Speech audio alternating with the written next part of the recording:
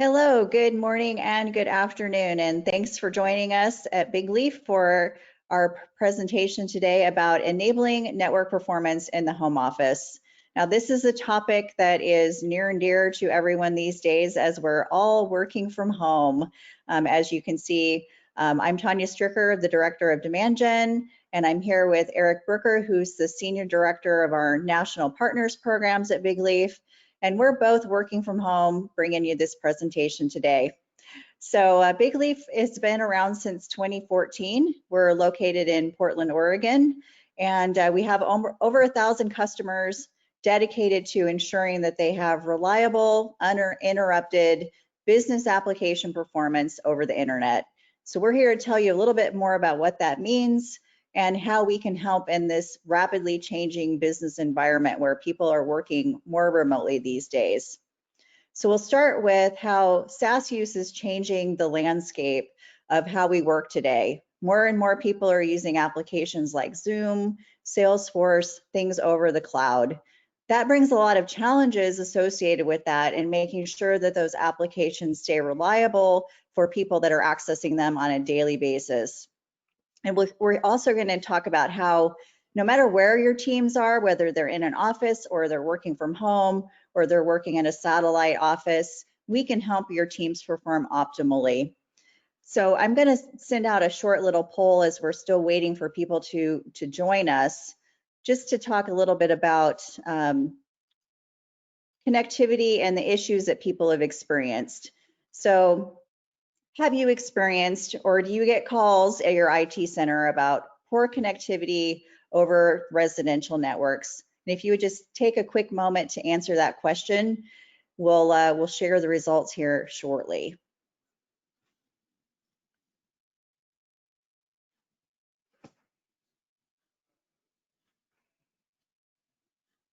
While I'm waiting for the results to come in, I also want to let everyone know that we are going to be recording this, so you don't need to rapidly take notes, and we'll send out the recording after the event's over. And we also have the opportunity for you to have a Q&A. We'll be happy to answer any questions that you might have. Just put them in the chat window and we will get to them as we wrap up the presentation. We want to make sure that we get everyone's question answered, so any questions you have, just type them into the chat. So I am going to close the poll and share the results pretty quickly with everybody. So most people are getting calls about poor internet quality or experiencing connectivity issues themselves, or both. We see very few people, 13% of you, that have a great residential connection. So terrific for everybody who's got that, but most everyone is experiencing some problems like the rest of us. All right, I'm going to turn it over to Eric, and he's going to talk about how the business landscape's been changing in the last few months. Yeah, thank you so much, Tanya. It's great to be here, so thank you for having me. I will say the number came out at 87%. So 87% of the people on the call today are having some sort of connectivity challenges, and that's pretty par for the course relative to what's going on in the marketplace. So if we look, if we look at what we like to call the new norm, there was a mandate back in March that many of us are adhering to still here in July. That is a work from home mandate. So just by the numbers, in January, there were about 4.7 million Americans that worked from home. Folks like me that have worked from home for many, many years, that number has jumped from 4.7 million to what is now almost 85 million Americans are working from home. Now, there's a lot of conversation about, well, when this is over, everyone's going to go back to the office. But many of you are already planning to continue to keep people at home post-COVID. We'll talk about that more in just a minute. As Tanya mentioned, there's an insane growth in VoIP and SaaS usage. There was a bit of a hockey stick, which we'll address here in a second, between 2014 and 2018, where we were capturing the data in partnership with a company called Blissfully. But we're going to see a massive upswing from really March of this year ongoing, because people have had to contend with the pandemic and the realities that work from home is just a new norm.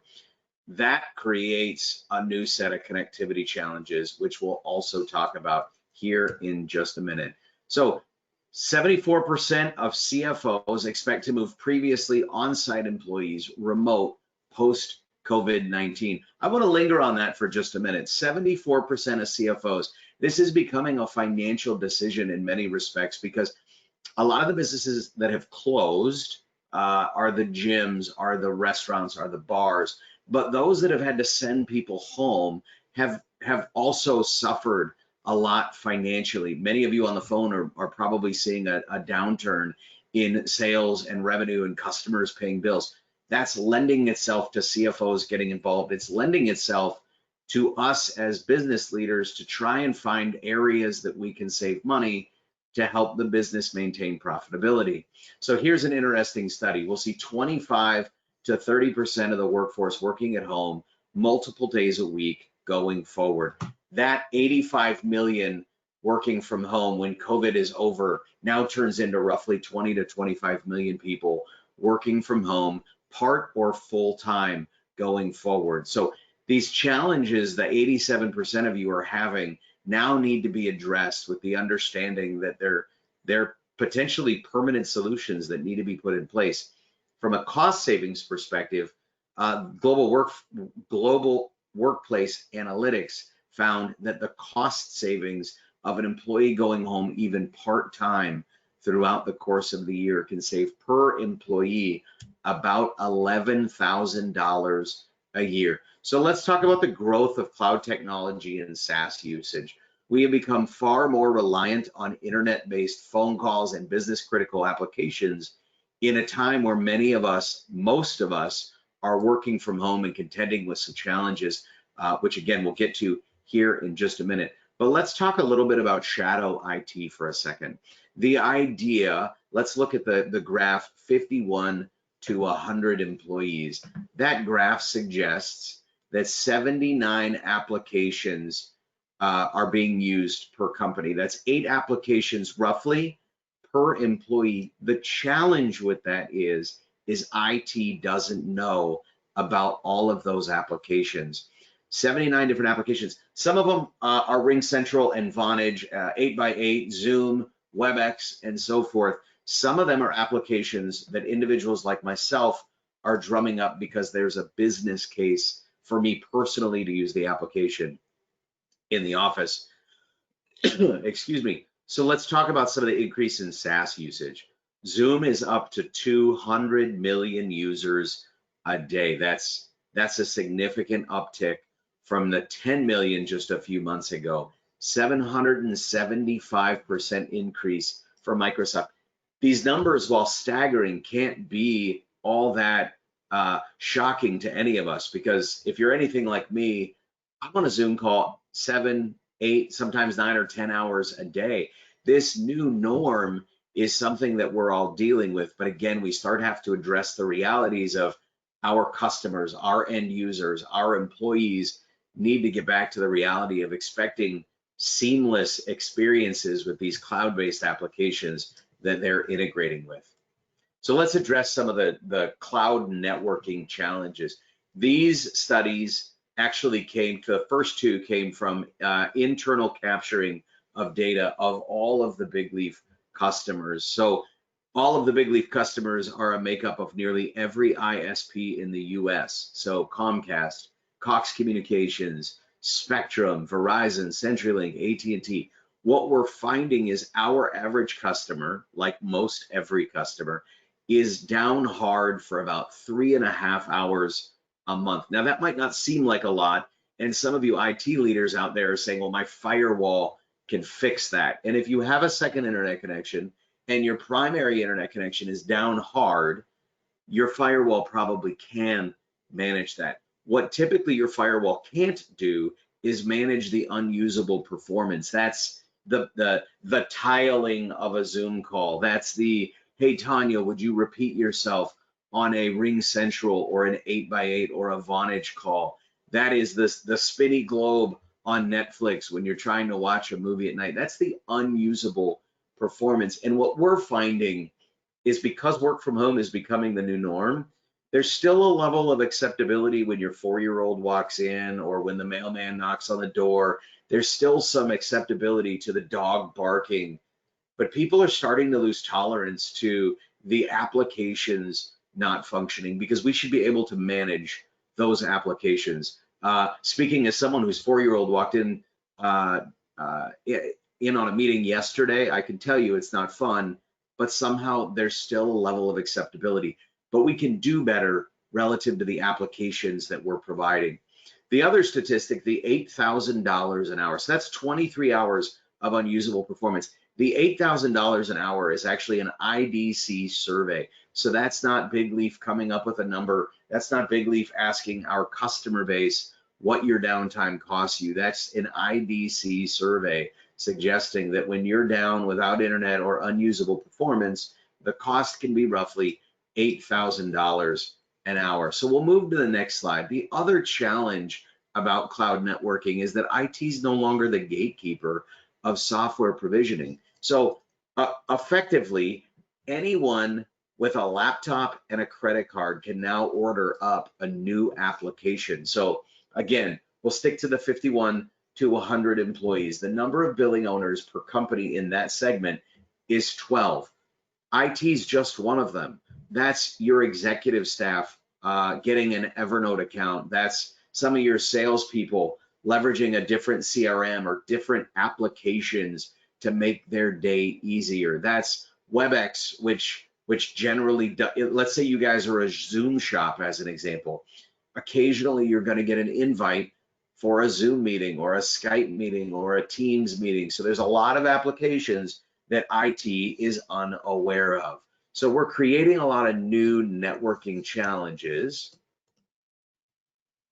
Bear with me for just a second. So this is what the home office looks like. Let's talk about what Big Leaf Home Office does. So when I say this is what the home office looks like, again, if you are anything like me, you're contending with other applications going on in today's environment. The biggest challenge is that you in IT can't manage everything going on in someone's home, but you also can't manage all of the users in that home. Specifically, I'm sitting here having a GoToMeeting. At present moment, there's a lot of you on this call. My biggest priority, the biggest priority for me in the home is this meeting. Meanwhile, I've got kids in my living room playing on the Xbox on Xbox Live. So theoretically, I'm competing for internet there. I have children in the basement watching Hamilton on Disney Plus. I'm competing for bandwidth there. Meanwhile, your internal customers, your employees, your coworkers need their Zoom meeting, their GoToMeeting, their Ring Central and Nextiva to work seamlessly, because that's what brings in revenue to your organization. So how do we manage that in the new work from home? Again, you're contending with a new application in that you can't manage the users. There's another challenge. You can't walk over to the user's desk anymore. So you're getting phone calls that my Zoom meeting went bad, or my Ring Central isn't working, my desk phone sounds really choppy. It's difficult for you as an IT leader to be able to manage and maintain what's going on when you don't have visibility into the network. So the result is this never-ending game of whack-a-mole, right? Oftentimes at a home level, you're not going to have circuit outages, but you are going to have brownouts. There's going to be dropped calls, frozen video. These are really important. Think of your business users, think of your coworkers, and the implications of them having some of these experiences. Ultimately, it also lends to a new level of frustration. So how do you build a work from home network under circumstances like these? It's impossible for you oftentimes to troubleshoot. Adding bandwidth won't solve the problem, right? So let's go back to that visual with the house just a minute ago. When we add bandwidth and we're not prioritizing anything, we're creating a new set of challenges. That doesn't automatically prioritize doubling your bandwidth at someone's house, doesn't automatically prioritize certain applications. It just gives you a bigger highway to push those applications, but other applications are at times going to take a priority. So adding bandwidth isn't the issue. Eliminating other applications is impossible. Again, I've got Xbox Live and Disney Plus going on in my home right now. Although I will tell you, I've had a number of conversations with people about the Big Leaf home office device, and we have found the workaround for a lot of people is get as close as you can to the router, plug in directly via Ethernet if you can, tell everyone to stop playing on the internet. Again, the problem is this is the new norm. 20 to 30 million Americans are going to permanently be working from home, even when COVID ends. We need to find a solution that is more meaningful and impactful than just rubbing up against the router for a cleaner interaction, or asking the kids to get off of the internet so you can have your Zoom meeting. So what are some things you need to consider when looking at and solving work from home challenges? Most of our customers today have site to cloud topology. Effectively, they still have VPN functionality. We at Big Leaf can support the VPN, but most of our customers are now leaning towards cloud-based applications. Again, VoIP, contact center as a service, a CRM that is based in the cloud. We also need to integrate some work from home environment into this new norm, because some of your folks are still working out of the office. And probably one of the biggest components, I'm not going to read through all of this, probably one of the biggest components is relying on automation. We're now asking John in sales or Susie in accounting to install and implement a device at their house. We'll talk about the ease of doing that later, but the automation is critical. If we expect Susie in accounting or John in sales to be able to create policies and manage the install and implementation of all the applications running on the network, we're setting you up for failure. So we have automated a lot of that. The other thing, when we hear SD-WAN, many of you on the call are thinking, well, my work from home employees, the staff at home, they don't have a secondary internet connection. You don't need a secondary internet connection necessarily to provide quality of service and automation to business critical applications. So let's talk a little bit about Big Leaf work from home. Again, we're a site to cloud entity. We are single circuit friendly. So the ease of install, the ease of implementation on just a single circuit. Again, we do support VPN functionality. Many of you still have a topology map that includes VPN. We can support that. Again, if you have questions about VPN or anything else, feel free to drop that in the chat box. We can address that. But the ease of user setup. So for the IT folks on the call, we sit outside of the firewall. Sitting outside of the firewall in an office environment allows us to remain PCI and HIPAA compliant. At the residential level, that would as well, but that creates a whole other set of challenges for you.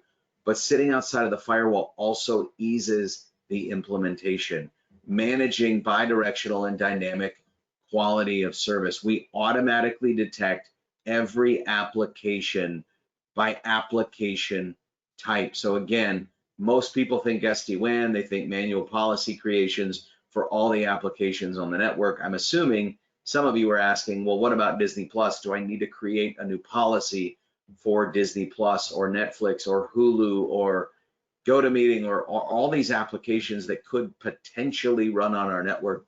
We recognize applications, every single application by application type, and we prioritize it accordingly. So we offer and to solve challenges both in the office and at home. Here's a little of what the configuration would look like. We've got gateway clusters at this point all over the globe. We have a primary gateway that all of our customers will go to based on geography. And then we also back them up to a secondary data center for redundancy purposes. Again, from an install and implementation purposes, I referenced my 4-year-old earlier in the presentation. I will tell you, my 4-year-old installed it when we moved into this house about 2.5 months ago. And I joke, if my 4-year-old can do it, anybody can. We literally have it color coded. The ease of install is just a few steps. It's 5 steps per the manual. It took my son about 10 minutes. When I installed it the first time in our previous home, it took me about 5 minutes. So again, Susie in accounting and John in sales should be able to implement this. So knowing that you're contending with down internet connections, packet loss, latency, and jitter, we want to create a new norm for your work from home employees. And that's what this would look like. We're going to eliminate the latency and jitter. We're going to eliminate the packet loss, and we're going to provide application performance at a new level. We're going to prioritize fundamentally business critical applications over everything else going on in the home. Again, you and IT are now responsible for these locations from a performance perspective, but without an appliance like Big Leaf, it's difficult to prioritize a Zoom video or a Vonage over other applications like Netflix and YouTube. So I do think that we make it a little bit easier. Now let's talk about a couple things relative to the install. We talked about plug and play install. We talked about worry-free performance. It's backed up by an SLA, but it's not contracted. So you have the ability to get this on a month-to-month basis. So I'm certain some of you are thinking, well, I'm running into issues now, but my CEO says we're going to be back in the office in October. So why would I address the problem, although it's a big, significant issue, when I'm going to be held to an agreement, a long-term agreement? We do have a 12-month term agreement, but the majority of our Big Leaf home office customers are strictly looking at us on a month-to-month basis. We're solving problems for today, knowing that those problems could be eliminated if and when your staff goes back to the office. Again, we're all hoping that we get back to the norm as soon as possible. But again, that norm has also changed. We're going to see a significant number of people working from home. I'm certain many of you have already started having this conversation with your executive team about the people we can keep at home full-time or even part-time. So with that, Tanya, we had some PowerPoint issues, so unfortunately we blew through some slides inadvertently. My keyboard wouldn't let me go back. So you gotta love technology, but I think we got the messaging out about the Big Leaf home office. I think you have another poll, and I certainly want to take some time to open it up to a Q&A. Yeah, so I do have a poll. I'm gonna just get that going here in a second. And just want to remind everyone, just type your questions in the question box and we will get to them in the order in which they were received. So quick poll question, would you like more information about Big Leaf Home Office? Yes or no? No pressure there, but we'd like to connect with you if you're interested in talking with us and learning more about our technology solution. We'd love to hear from you. So I'll leave that up and give people some time to also put their questions in the question box. I'm going to be looking through those here in just a moment.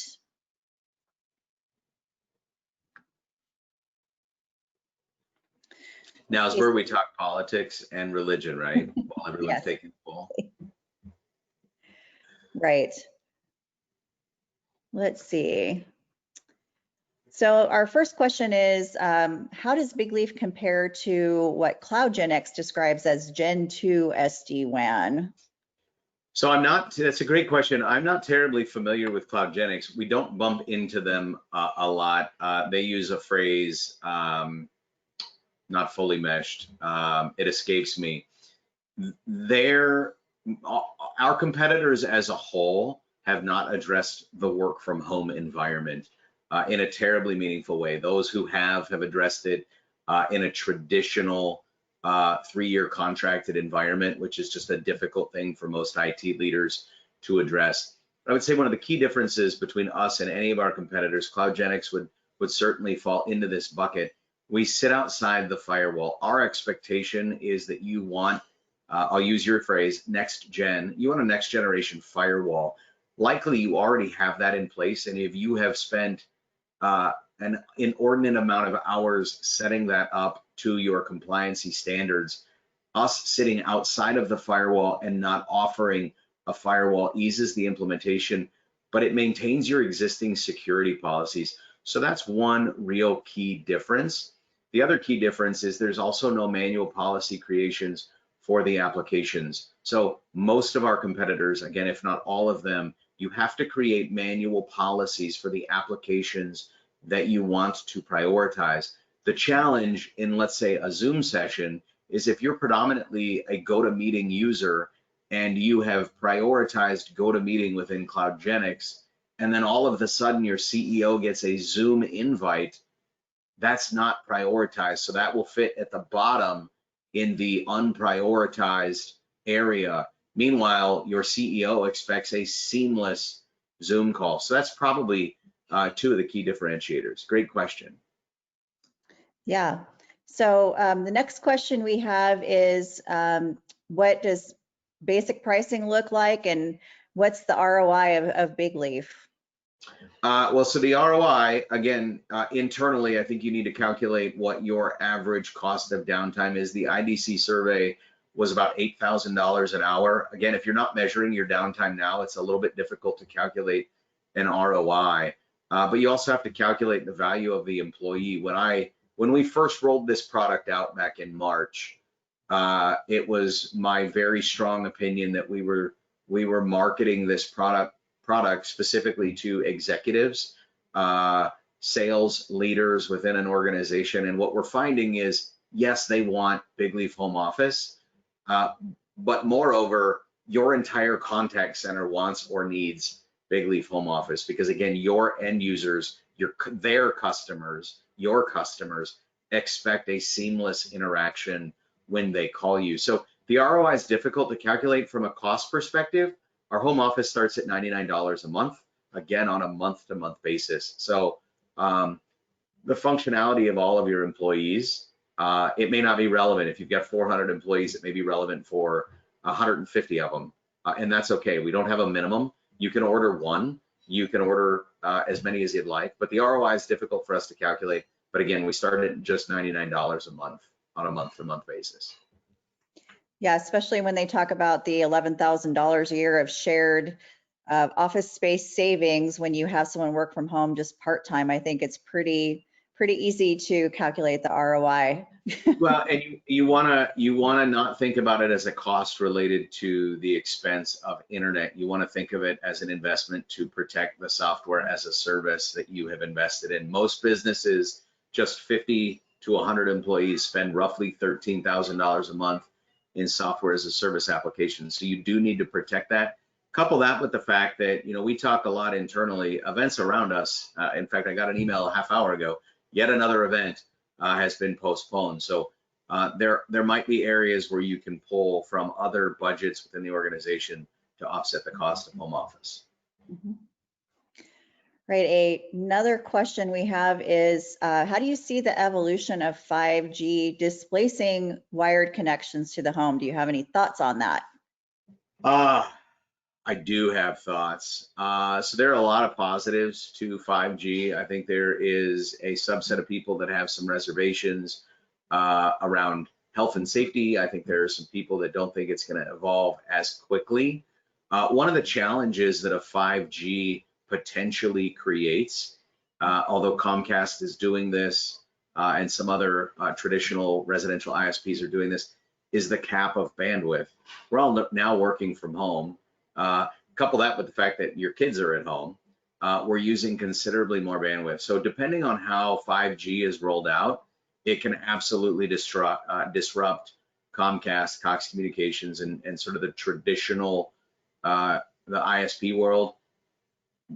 But I don't know that 5G is ready for the onslaught of customers, should they price it accordingly, and should it roll out with the speeds and packages that they're addressing.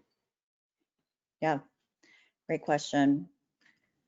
I'm just going to summarize this question a little bit. Can we talk about how our upload and download speeds, we have packages that are based upon upload and download speeds, customers that are interested in our packages, but they might have like a gig package at home. So how does that compare when you're talking about home office products? So a couple things that we need to contend with. Number one, I tend to suggest in a home office environment or even a business environment, don't look at the bandwidth that you have. If you don't have existing reports telling you the usage, I would start off with a package that's slightly lower. So home office or residential, let's use an office environment. If you have a 1 gig connection at your office, but don't know if you're using it all, I might suggest our 500 meg solution to start, knowing that we can just do a quick firmware update on an as needed basis. But the reporting that we're able to give you in the short term and even in the long term will allow you to address how much bandwidth you actually need. Many residents, myself included, and many businesses buy based on deal and not usage need. So I think I have a 500 meg, I beg your pardon, I think I have a 200 meg at my house. I can assure you, with my wife and I being at home full time with 7 children, we still only utilize about 1% of our bandwidth throughout the course of the day. That's given to me through the usage reports on the Big Leaf back office portal. But bottom line, I don't need a 200 meg. So let's not look at the bandwidth. I would generally say start a little bit lower, depending on the application type and how heavy the users are. But our sales folks, our channel team can have that conversation with you for sure. Yeah, perfect. Another question, does the monthly charge include the hardware? And if not, what's the additional equipment cost? So great question. In fact, I don't think we have that in the slide deck, but that's okay. So the additional cost on a 1-year agreement, it would be $99. On a month to month, it's $299 for the setup. It's a phenomenal question. Yeah, perfect. You know, I want to address something that may or may not come up. So if it's there, I'm answering it. If it's not, I'll answer it anyway. We get a lot of questions from a security perspective. VPN tunneling, how do you prioritize VPN? Depending on the traffic. So again, all of our policy creation is automated. We don't see what's trapped, what the traffic that's passing through the VPN. So that can create some challenges for us. So if those are real-time business critical applications that need real-time performance, we can prioritize in a manual way your VPN slightly differently than we traditionally support VPN. Yeah. Well, looks like that's all the questions that we have for today. So I want to thank everybody for taking time out of your day to join us. We appreciate it. We really value your time. Those who have said that we'd like to be contacted, we'll get in touch with you as soon as possible. So thank you, Eric, for the great presentation, and I hope everyone has a terrific rest of your day. Thanks, Tanya. Have a great day, everyone.